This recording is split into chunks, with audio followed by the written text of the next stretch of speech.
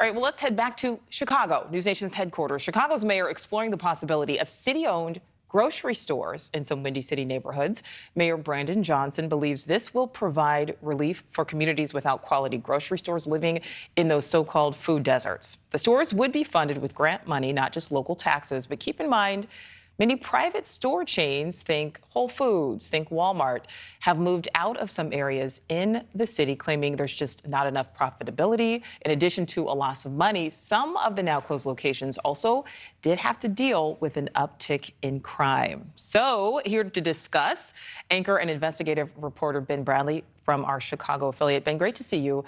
We know there's a lot of criticism, but let's just talk about the pros. Why is the mayor saying, hey, this is something that could work? Well, in some communities, you've had a lot of grocery stores board up and leave. We've had several Walmarts close in Chicago in the last couple of years. Walmart saying they were losing millions of dollars in those locations.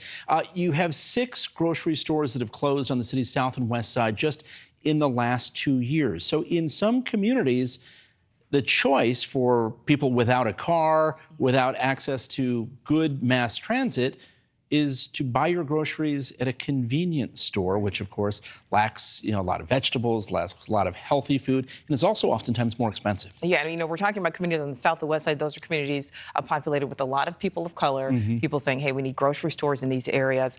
But I want to also talk about some of the criticism here, because I mentioned Whole Foods, Walmarts. These are chains that have said, hey, we're moving out, they've boarded up.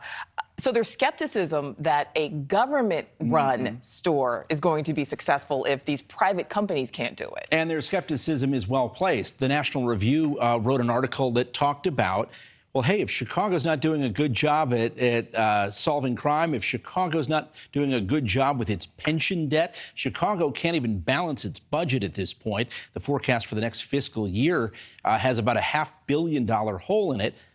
Why are they going to be any good at running grocery stores? The flip side of that argument is, have you ever went to buy a bottle of bourbon in the state of Utah or 16 other states? Those states run government-owned liquor stores. You cannot buy booze beyond those government-owned liquor stores. The reasons why the government is in that business in those states are varied. But this is, not a totally novel concept, not a concept without precedent. Think back to what happens when you don't have private business wanting to operate.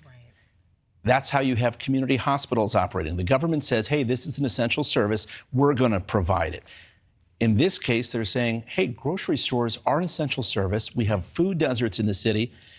We're going to pilot this program. So the city of Chicago is not talking about having city employees, stock the shelves and run the cash registers. They're partnering with a nonprofit to see how this works. Right. And maybe it'll work. We'll see what happens. Obviously, right now, this is just an idea. Thank you for watching. Go to newsnationnow.com to find News Nation on your television provider. And don't forget to click the red subscribe button below to get more of News Nation's fact-driven, unbiased coverage.